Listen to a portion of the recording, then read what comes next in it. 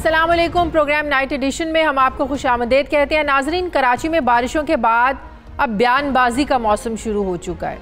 सदर, वज़ीर आज़म और गवर्नर अलग बयान दे रहे हैं तो सिंध के वुज़रा अलग बयानबाजी कर रहे हैं, जबकि पानी में डूबे कराची के पौश इलाकों से लेकर कच्ची आबादियों के मकीन बेबसी की तस्वीर अपने अपने हल्के के मुंतखब नुमाइंदों को वो जो है ना वो ढूंढते हुए नज़र आ रहे हैं। ऐसे में कराची के मसाइल के हल के लिए सबकी नज़रें विफाक पर लगी हुई। इस सिलसिले में विफाक ने गुज़श्ता रोज़ ट्रांसफॉर्मेशन ऑफ कराची का प्लान भी दिया है। अब देखना यह है कि कराची का नुकसान कौन और कैसे पूरा करता है, किस तरह आवाम को फ़ायदा पहुंचाया जाता है, रिलीफ दिया जाता है। जिस किस्म के बयानात हुक्मरान दे रहे हैं ये कहीं महज बयानात की हद तक ना रह जाएं। आज वफाकी वज़ीर इत्तलात शिबली फराज ने कराची के मसाइल पर बात करते हुए क्या कहा, ज़रा सुनिए। हुकूमती सतह पर जो भी वफाक कर सकता है वो हम कर रहे हैं। जो वहाँ की हुकूमत है या तो उसको संजीदा ले नहीं रही या इसके अहल नहीं है। प्राइम मिनिस्टर साहब इंशाल्लाह जुमे के दिन कराची जा रहे हैं और इस पूरे पैकेज का इसकी जो वसाइल प्रोवाइड कर रहा है फेडरल हुकूमत और NDMA के साथ मिल के और सिंध हुकूमत को भी ऑन बोर्ड लेते हुए इन प्रोजेक्ट्स को हम शुरू करेंगे। और आज कराची में लोड शेडिंग से मुतालिक केस की समाअत करते हुए चीफ जस्टिस गुलजार अहमद ने एक बार फिर इज़हार बरहमी करते हुए कहा कि अगर के इलेक्ट्रिक पर विफाक के रेट नहीं तो मतलब ये हुआ पूरे मुल्क में हुकूमत के रेट नहीं है। के इलेक्ट्रिक वाले कराची शहर के साथ बहुत बुरा कर रहे हैं। आज भी आधा कराची पानी और आधा अंधेरे में डूबा हुआ है। शहर की देखभाल की जिम्मेदार हुकूमत है, जबकि कराची के मसाइल को लेकर पहले होने वाली जो समातें थी उनमें चीफ जस्टिस ने मेयर कराची के बारे में ये रिमार्क्स दिए थे कि मेयर कराची हमेशा ये कहते हैं कि मेरे पास इख्तियारात नहीं है, वसाइल नहीं है। अगर इख्तियारात नहीं तो घर जाओ, जान छोड़ो इस शहर की, क्यों मेयर बने बैठे हो। ये रिमार्क्स दिए थे चीफ जस्टिस साहब ने। शुरू में वफाकी हुकूमत ने भी कराची की सूरत हाल से खुद को अमलन लाताल्लुक किए रखा। कराची की मौजूदा सूरत हाल वफाकी सूबाई हुकूमतों, इदारों और आवाम सब के लिए यकीनन एक लम्हा फिक्रिया है। वफाकी हुकूमत को चाहिए कि तमाम स्टेक होल्डर्स की मुशावरत से मुतासरीन की मदद और कराची के इंफ्रास्ट्रक्चर की बहाली के लिए जो भी मुमकिन इकदाम हों उनमें को उठाने में ताख़ीर अब ना की जाए। इस सिलसिले में ये कहा जा रहा है कि वफाकी और सूबाई हुकूमत और अस्करी इदारों पर मुश्तमिल एक मुश्तरका निज़ाम तश्कील दिया जाएगा। अब कराची में दो या अलग अलग निज़ाम नहीं होंगे बल्कि इस शहर को एक मुश्तरका निज़ाम के तहत चलाया जाएगा। इस हवाले से सिंध हुकूमत और पीपल्स पार्टी को एतमाद में लेकर फैसले किए जाएंगे। वज़ीर आला सिंध मुराद अली शाह का भी ये कहना है कि कराची वालों को जल्द हम खुशखबरी सुनाएंगे और एक ऐसा एडमिनिस्ट्रेटर लाया जाएगा जो भरपूर अंदाज में शहर की बेहतरी के लिए काम करेगा।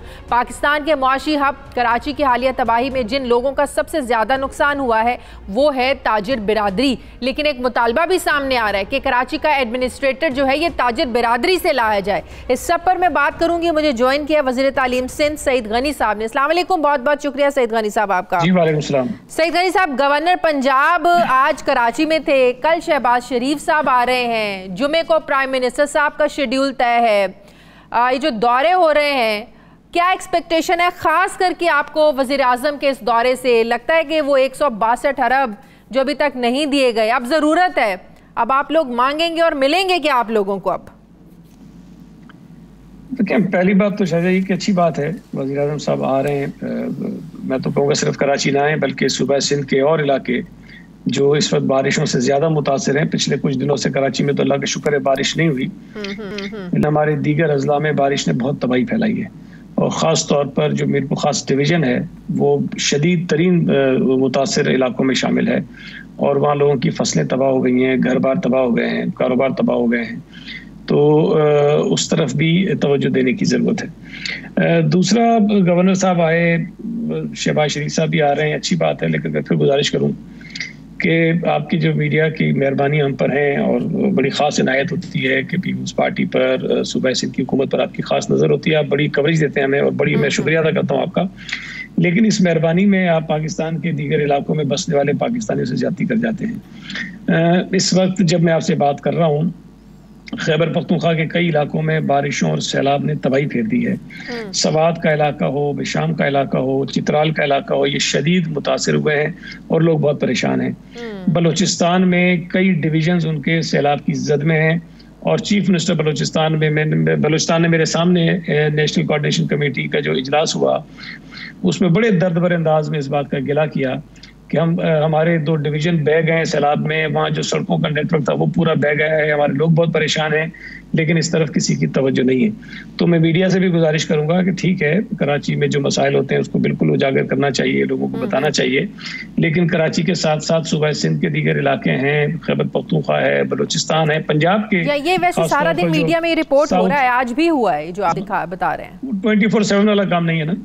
जो साउथ पंजाब में जो कुछ हुआ है, गांव के गांव उसमें तबाह हो गए हैं, उस तरफ भी हमें तवज्जो देने की जरूरत है। वो लोग भी इस बात का इंतजार करते हैं कि हमारा मीडिया भी, हमारी पॉलिटिकल लीडरशिप भी उस तरफ तवज्जो दे और उन मसलों को हल करने की कोशिश करें। लेकिन ये बात एक हकीकत है कि इस बार अनप्रेसिडेंटेड बारिशें हुई हैं, गैर मामूली बारिशें हुई हैं, इसमें कोई शक नहीं है। स्पेशली कराची का जो हाल हुआ, कहते हैं कि 90 साल तारीख का एक रिकॉर्ड टूटा है। तो आपको नहीं लगता कि कहीं ना कहीं सिंध हुकूमत तैयार नहीं थी, यार ये एक्सपेक्ट नहीं किया जा रहा था? ज़ाहिर है बारिशें तो हर साल होती हैं, लेकिन इदारों का जो एक क्विक रिस्पांस नज़र आना चाहिए था वो नज़र नहीं आया।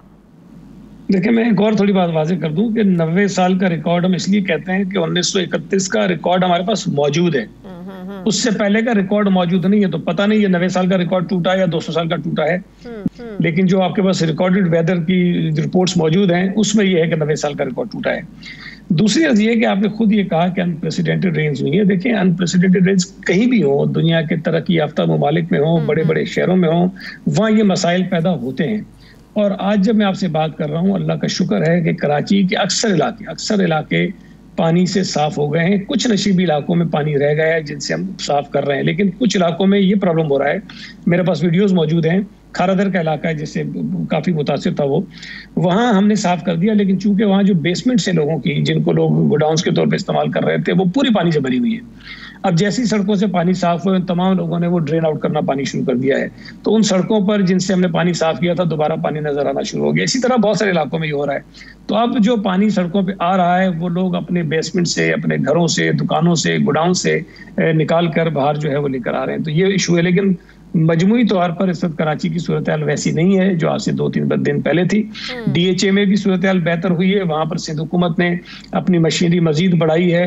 अगर मजीद बारिशें होती हैं तो सईद गनी साहब इसके लिए क्या प्लानिंग है? देखें शाहजिया, मैं आपसे फिर गुजारिश कर रहा हूँ, अगर तो बारिश नॉर्मल होती है तो शायद इतने मसाइल पैदा नहीं होंगे, लेकिन अनप्रेसिडेंट अगर बारिश हो जाए, अगर 250-300 मिलीमीटर बारिश 2-3 घंटे के अंदर हो जाए और पूरे शहर में हो जाए, तो कोई ये तवक्को तो ना करे ना कि जी हम चुटकी बजाएंगे और सारी चीजें ठीक हो जाएंगी। वो टाइम लेती हैं। लेकिन एक चीज मैं समझता हूँ कि आपके रिपोर्टर से भी पूछें, वो आपको जरूर बताएंगे कि हमने जो मेन आर्टरीज शहर की हैं वो विद इन 12 आवर्स 24 आवर्स हमने क्लियर की हैं, ताकि लोगों की आमदोरफ्त और जो इक्विपमेंट मशीनरी आपको कहीं पहुंचानी है वो पहुंच जाए। तो ये एक जो कारकर्दगी होती है इदारों की, वो इसी तरह से होती है कि रिस्पॉन्ड आप कितनी जल्दी करते हैं। लेकिन जब बारिश हो रही हो उस दौरान में अगर आपका कोई रिपोर्टर खड़े हो गए कहे जी सड़कें जो है तालाब बन गई, गाड़ियां तैर रही, उस दौरान कुछ नहीं हो सकता। एडमिनिस्ट्रेटर जो लाना है, PTI कहती है भी हमें न्यूट्रल चाहिए, हम चाहते हैं किसी सियासी जमात से उसकी जो है ना एफिलिएशन नहीं हो। वज़ीर आला सिंध कहते हैं ऐसा होगा जो पूरे कराची को बड़ा ज़बरदस्त तरीके से चलाएगा, देखेगा। तो पहले मेयर के पास तो इख्तियारात नहीं थे, वो कहते थे वसाइल नहीं थे। तो जो नया एडमिनिस्ट्रेटर आएगा तो क्या ऐसा वो मुख्तलिफ करके दिखाएगा जो मेयर कराची नहीं कर सके?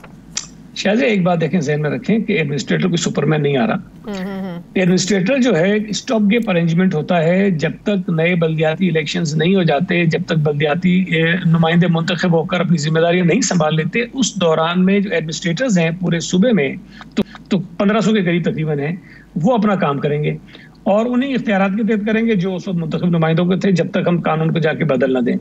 तो ये तो बड़ा वाज़ेह है। दूसरी बात जो आप कह रही हैं कि जी PTI ये कहती है, वो कहती है, मैं आपको सिर्फ एक मिसाल देता हूँ। सूबा सिंध का गवर्नर जो है लगाना वजीर आजम का और वफाकी हुकूमत का इख्तियार है, ठीक है। क्या उन्होंने सूबाई हुकूमत से मशावरत की थी कि हम किसको लगाएं किसको ना लगाएं, आपको काबिल कबूल होगा कि नहीं होगा, मुनासिब आदमी होगा कि नहीं होगा? नहीं पूछा ना। हम ये तो जरूर कह सकते हैं कि अच्छा आदमी लगा दिया, बुरा आदमी लगा दिया, लेकिन हम ये नहीं कह सकते कि जी हमसे पूछोगे नहीं तो हम मानेंगे नहीं, ये हम नहीं कह सकते। तो इस तरह एडमिनिस्ट्रेटर का लगाने का इख्तियार सूबाई हुकूमत का है। किसी को तजवीज देनी है, नाम बता दें, उनका मर्जी है, दे दे नाम। उस नाम को तस्लीम करना वो आप लोगों की सवाबदीद है, वो हमारा इख्तियार है, वो हमारे, और हमारे ऊपर ज्यादा जिम्मेदारी है गवर्नर साहब के मुकाबले में कि हम बेहतर तरीके से निजाम को चलाने के लिए बेहतर एडमिनिस्ट्रेटर्स लगाएं। ठीक है, बहुत बहुत शुक्रिया वज़ीर तालीम सिंध सईद गनी साहब मेरे साथ हैं। नाज़रीन, मुझे प्रोग्राम में एक ब्रेक लेनी, वापस आते हैं एक छोटे से वक्फे के बाद।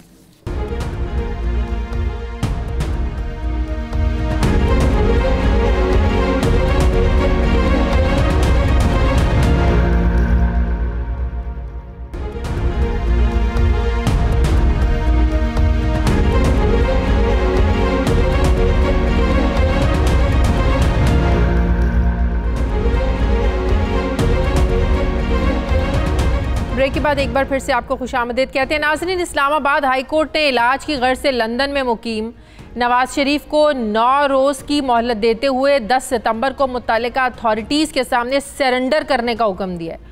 अगर सरेंडर ना किया गया तो कानून के मुताबिक कार्रवाई होगी। 4 सफ़ात पर मुश्तमिल हुक्मनामे में इस्लामाबाद हाई कोर्ट ने कहा है कि अल अज़ीज़िया रेफरेंस में नवाज शरीफ की ज़मानत 27 फरवरी से गैर मौसर हो चुकी है।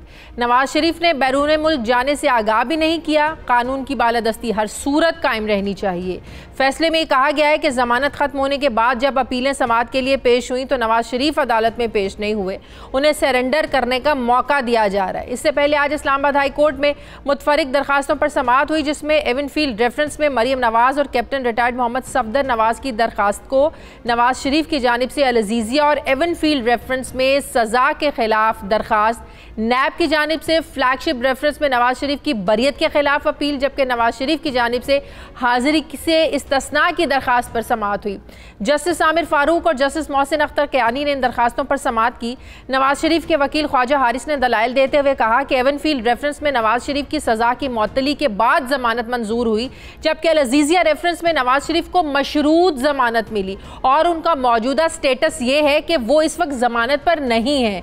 दौरान समाअत जस्टिस मोहसिन अख्तर कियानी ने सवाल किया कि क्या नवाज शरीफ इस वक्त हस्पताल में ज़ेरे इलाज हैं, जिस पर ख्वाजा हारिस ने बताया कि नहीं, वो इस वक्त हस्पताल में नहीं है, ताहम उनका इलाज चल रहा है, जैसे ही वो ठीक होंगे वापस आ जाएंगे। ख्वाजा हारिस ने कहा कि नवाज शरीफ की ताज़ा तरीन मेडिकल रिपोर्ट्स भी मौसूल हो गई हैं, जो दफ्तर खारजा से तस्दीक के बाद जमा कराई जाएगी। अदालत ने डिप्टी अटॉर्नी जनरल से फिर इस्तफसार किया कि वफाकी हुकूमत का नवाज शरीफ की सेहत पर क्या मौक़िफ़ है। फिर deputy attorney general Arshad Kiani ने कहा कि मुझे कोई हिदायत नहीं मिली।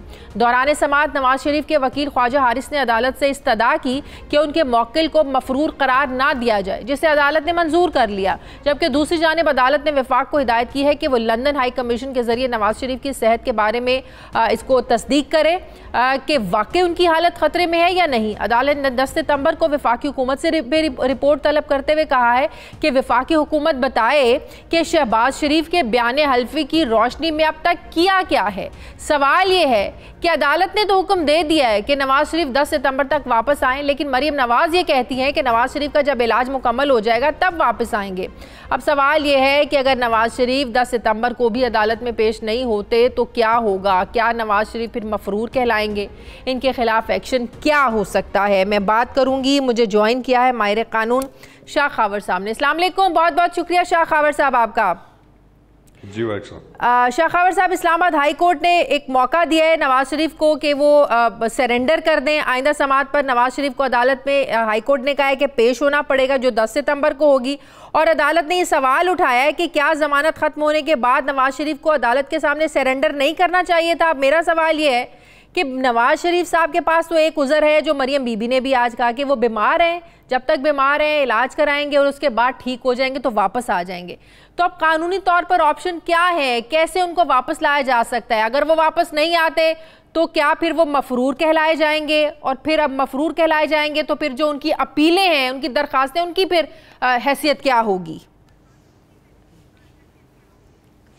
देखिए जी, ये बड़ा एक टेक्निकल और एक लीगल क्वेश्चंस आपने 4-5 कर दिए, लेकिन मैं उसको सिंप्लीफाई करने की कोशिश करूंगा व्यूअर्स के समझने के लिए।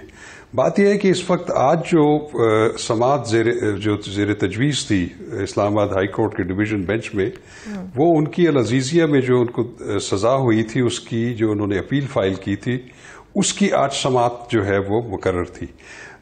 और उसके साथ जो ज़िमनी बात आ गई, जिसको ज़्यादा मैं समझता हूँ कि हाईलाइट हो गई, वो बात वो थी कि उन्होंने नवाज शरीफ साहब के वकील ने एक मुतफरक दरख्वास्त दी थी, जिसमें उन्होंने ये इस्तदा की थी अदालत से कि उनके मुवक्किल जो कि बैरून मुल्क इलाज करवा रहे हैं वो आने से कासिर हैं, लिहाजा उनकी हाजिरी से इस्तिस्ना दे दिया जाए।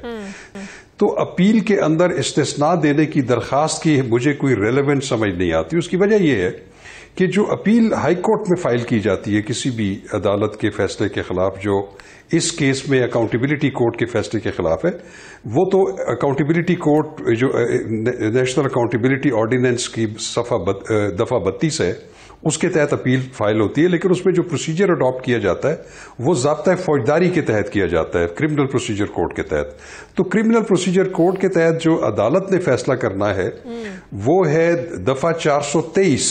उसके तहत अदालत ने ये देखना है कि उस केस का रिकॉर्ड उसके पास आ चुका है, और अगर वो रिकॉर्ड आ चुका है और उसके साथ साथ जो अपीलांट हैं या उनके प्लीडर वकील हैं वो भी मौजूद हैं, और उसके साथ साथ जो नैब है इस सूरत में इस्तगासा और उनके भी प्लीडर या प्रोसिक्यूटर मौजूद हैं, तो अगर वो मौजूद हैं तो वो उनसे जो है उनकी बहस सुन सकते हैं।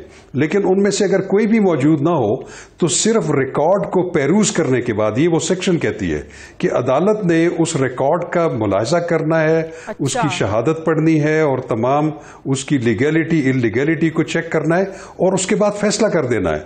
और उसमें अपीलांट का जाती तौर पे मौजूद होना या उसके वकीलों का होना वो उसके लिए ऑप्शनल है, वो जरूरी नहीं है। इसी तरीके से अगर इवन प्रोसिक्यूशन साइड भी ना हो, उनके खिलाफ भी कोई कार्रवाई हो सकती है। जाहिर है उन्होंने भी तो एक बयान हल्फी दिया था ना। देखिए वो अलग चीज है। मैं देखिए उसका अपील के साथ कोई ताल्लुक नहीं है। हाँ। उन्होंने बयान हल्फी दिया था लाहौर हाई कोर्ट में। हाँ। जिसमें लाहौर हाई कोर्ट ने उनको 1 महीने के लिए जो है इलाज की गर्ज से वो उनकी जमानत दी थी। वो Chaudhry brothers sugar mill case में वो जो कि एहतसाब की अदालत में थे, तहवील में थे।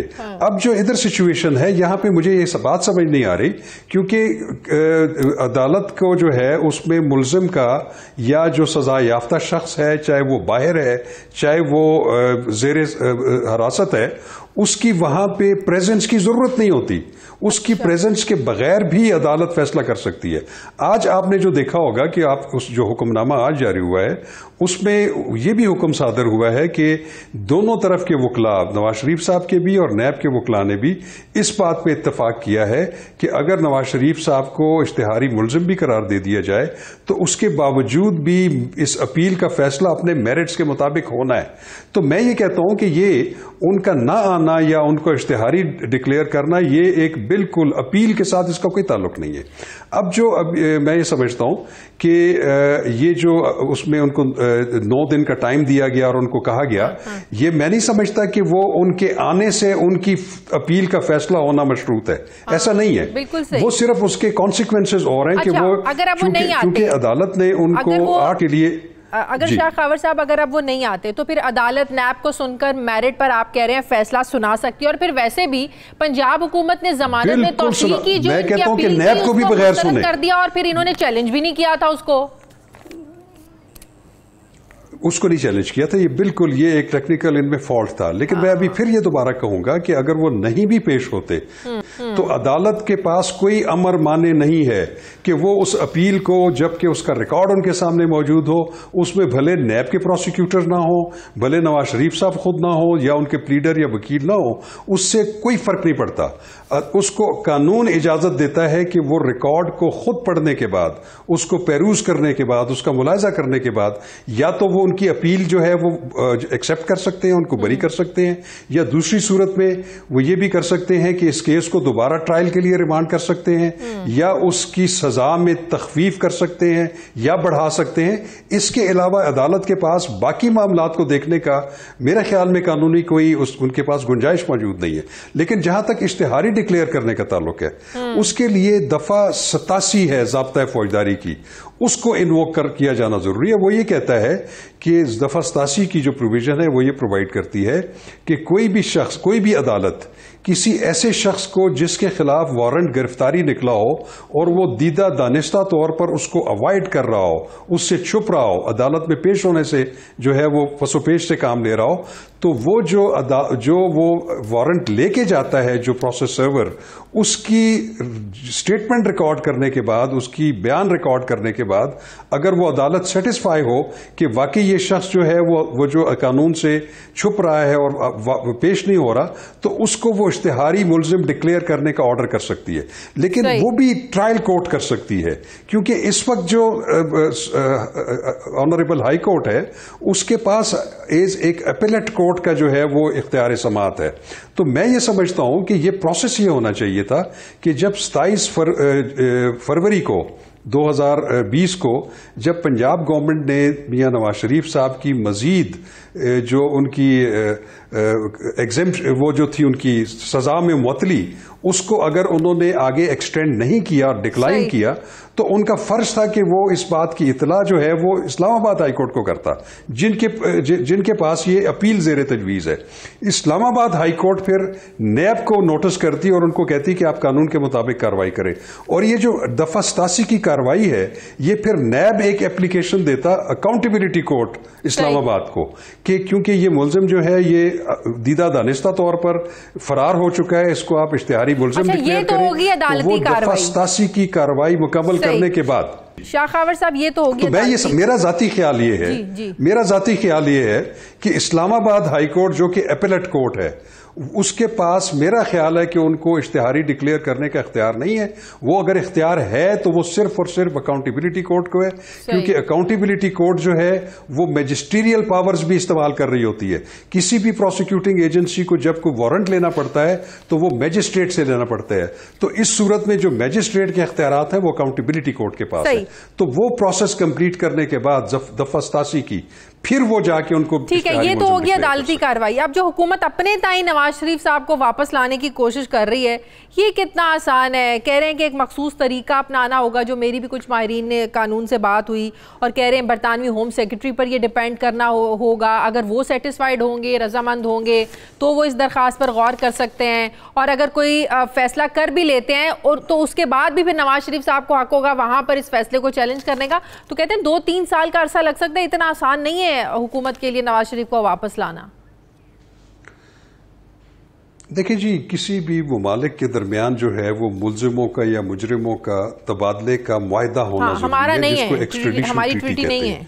तो वो तो हमारा बरतानिया के साथ नहीं है। लेकिन दूसरी सूरत में जो इंटरनेशनल पुलिस है, इंटरपोल का चूंकि हम भी सेक्रेटरी हैं, बरतानिया भी है, तो कुछ केसेस में मुमालिक आपस में बाहमी ताउन के जरिए, म्यूचुअल लीगल असिस्टेंस के जरिए रिक्वेस्ट भेज सकते हैं कि फलां जो बंदा है वो हमें रिक्वायर्ड है यहाँ पे।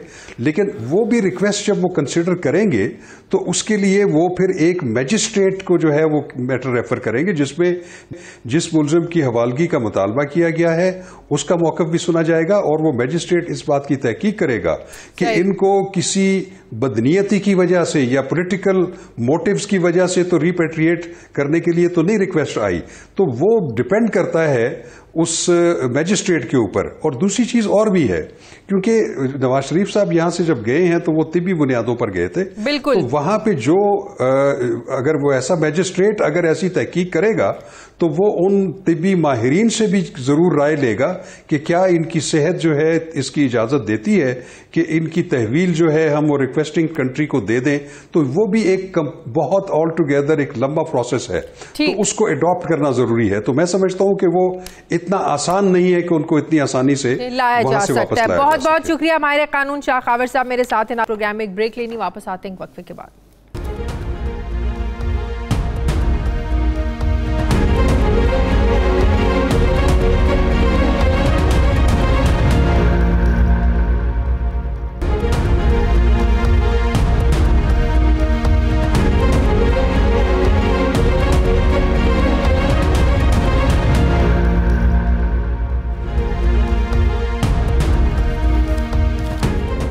ब्रेक के बाद एक बार फिर से आपको खुशामदीद कहते हैं। नाज़रीन, पाकिस्तान की 70% आबादी देहात में रहती है, जिसका जरिया मुआश ज़राअत से वाबस्ता है। यही वजह है कि पाकिस्तान की मईशत को ज़रई मईशत करार दिया जाता है। मगर बदकिस्मती की आज बात यह है कि आज पाकिस्तान की ज़रई मईशत हुकूमतों की अदम तवज्जो की वजह से ज़बू हाली का शिकार है।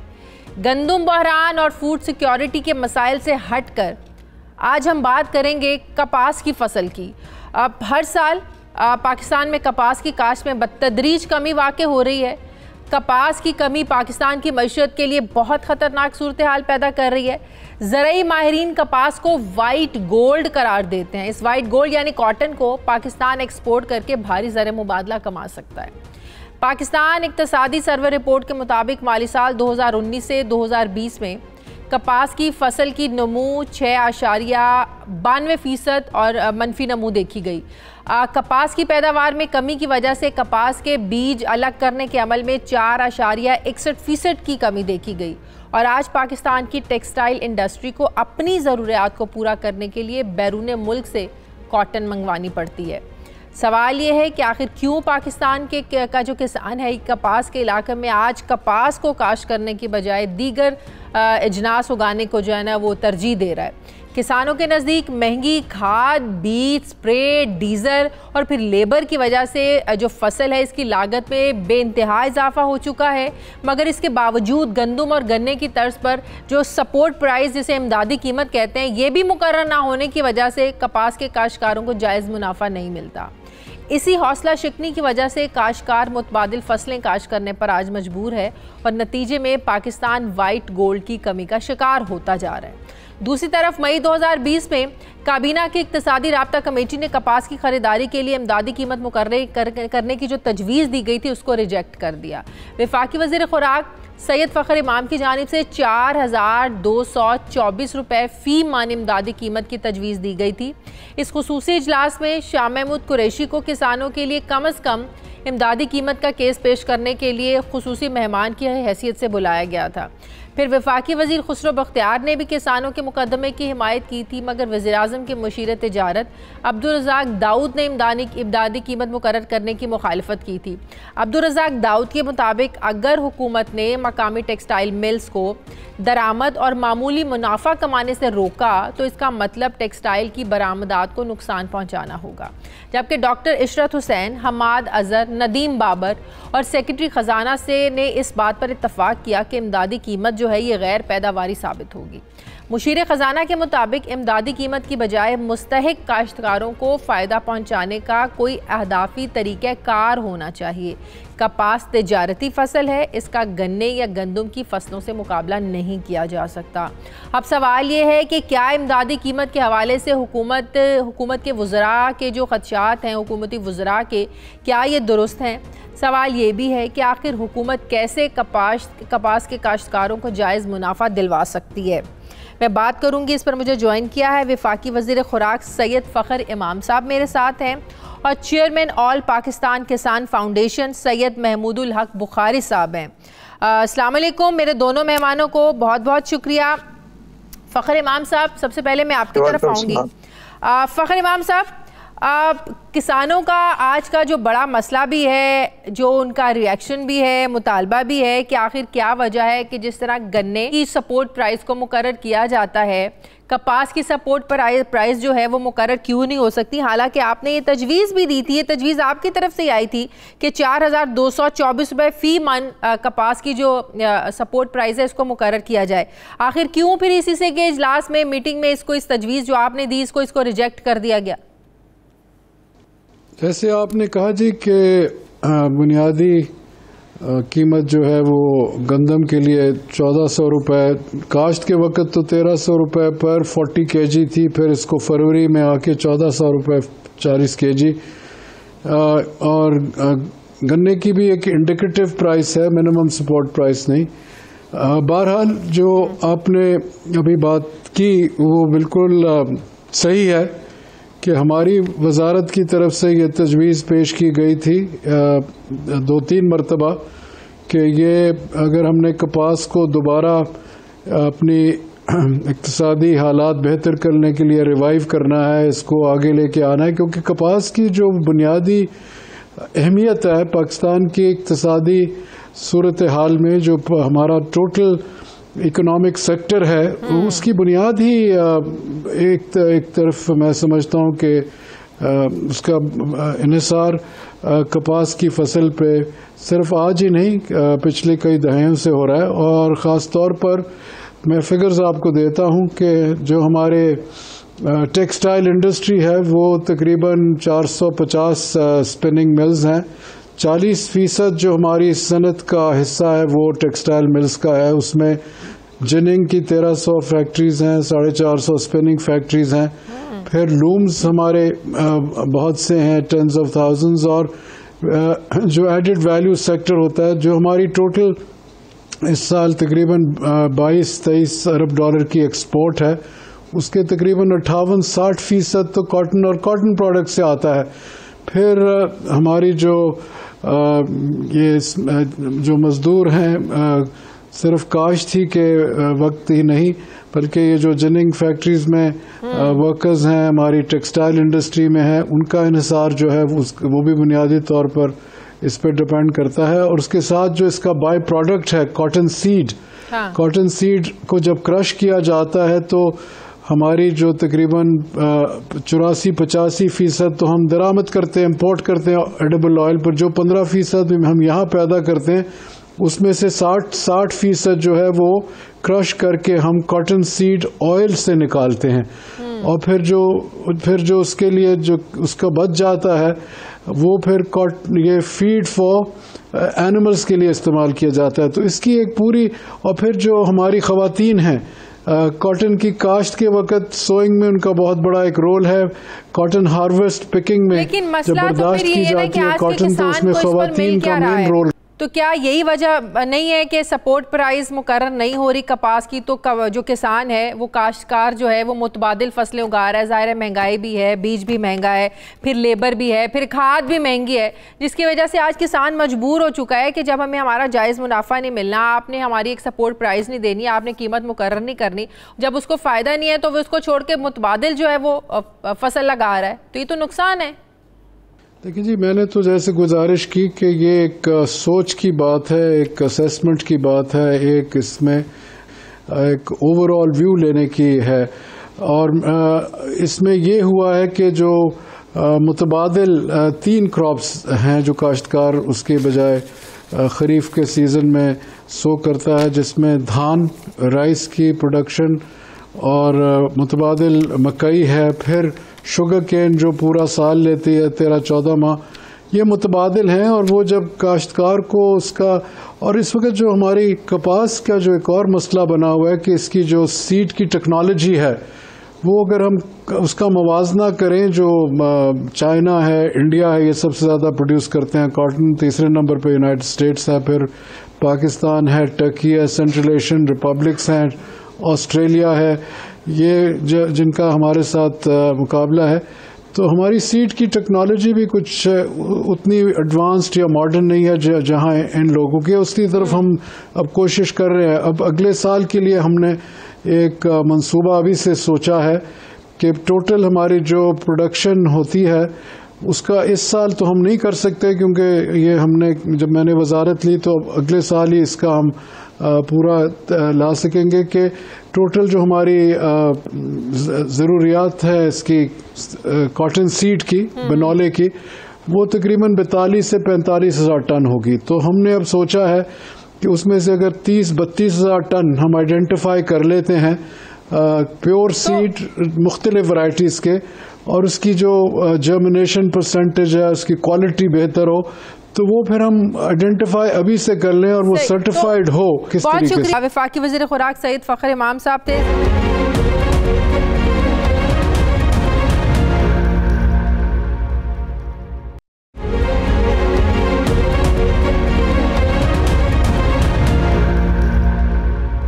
सैयद महमूदुल हक बुखारी साहब, चेयरमैन ऑल पाकिस्तान किसान फाउंडेशन साहब हमारे साथ हैं।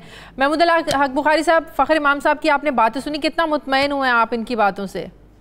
आप देखें कि जो पाकिस्तान के अंदर ये बदकिस्मती रही है कि कोई भी हुक्मरान जो हैं वो ज़राअत को तरजीही बुनियादों पर नहीं लेते, और ये हैरत की बात है कि आपने अपने आगाज के अंदर वो बातें की हैं जो हकीकत पर मबनी हैं, और 70% आबादी, आप ये देखें कि कॉटन वाइट गोल्ड है, कॉटन ज़र मुबादला देती है, कॉटन जो है वो पाकिस्तान की मईशत में अहम किरदार अदा करती है, मगर फिर क्यों कॉटन को अहमियत नहीं दी जाती?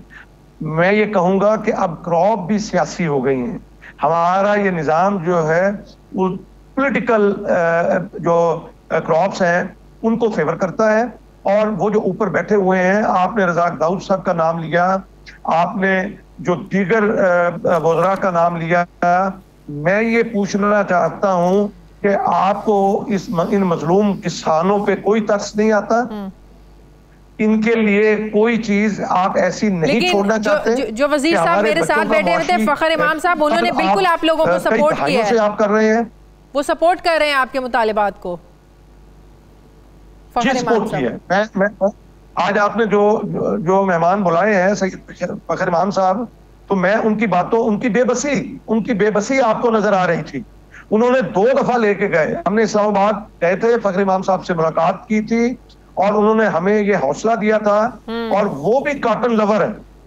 वो उन्होंने 3 दफा वहां मेरे इल्म में है कि कॉटन बीजी अपने रकबे पे बारिश की वजह से नहीं हुई। आप ये देखें कि यहाँ पे सीड कॉटन का कोई अच्छा नहीं मिलता, कोई मयारी नहीं मिलता।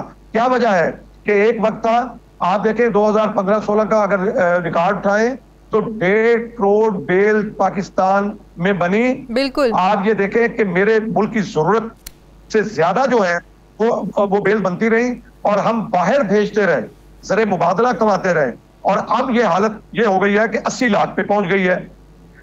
मैं ये कहता हूं कि हुकूमत जो है वो कोई टस से मस नहीं होती, हुकूमत ये चीज नहीं सोचती। आप ये देखें कि इनपुट्स आपने अपने आगाज में कहा शाजिया कि कितनी महंगी हो गई, और इसका रेट आप देखें कि जब कॉटन आती है तो 2200 रुपए पर मन जो होता है।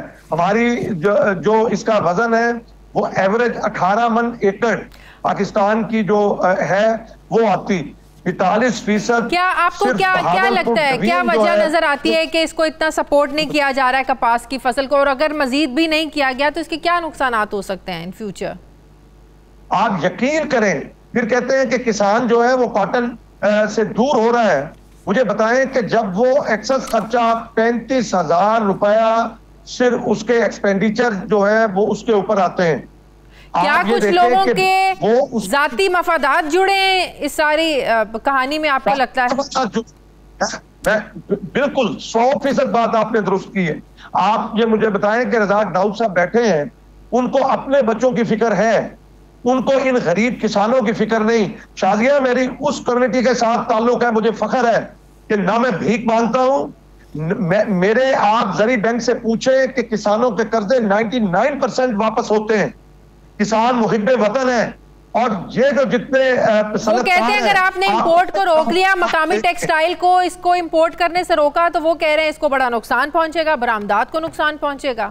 ये क्या दलील है? बिल्कुल गलत बात, बिल्कुल गलत दलील है, ये बिल्कुल गलत दलील है। सिर्फ अपने आप को ये फायदा देना चाहते हैं। जब ये आते हैं, आप मुझे बताएं कि जब कॉटन पिकिंग हो जाती है और हम इस इंतजार में होते हैं कि कोई व्यापारी आएगा तो वो हमसे खरीदेगा, ये आते हैं, वो उसका इससे कितने जो है वो लोग वाबस्ता है। आप ये देखें कि कपड़ा बनता है, जिनिंग है, टेक्सटाइल है, वीविंग मिल्स है, आप लूम्स है, और देखें इससे कितने लोग रोजगार। जब इमरान खान साहब कहते हैं कि 50 लाख नौकरियां दूंगा, मैं ये कहता हूं कि जितना उन्होंने कंस्ट्रक्शन को दिया है, रिलीफ दिया है, अगर ये किसानों को दें, ग्रीन रेवोल्यूशन नहीं आएगा शाजिया मेरे मुल्क के अंदर। आप ये देखें कि पहले टीसीपी होती थी, वो खरीद करती थी, वो मुकाबले के अंदर हुकूमत खुद खरीद करती थी। हमारा इस इशू को आज रेज करने का, उठाने का मतलब यही था कि हुकूमत इस को देखे, ये जो इशू है, जो किसानों के मुतालिबात हैं, ये हुकूमत के सामने रखे जाएं, जो आप लोगों के मसाइल हैं, ताकि वो हल हो सके।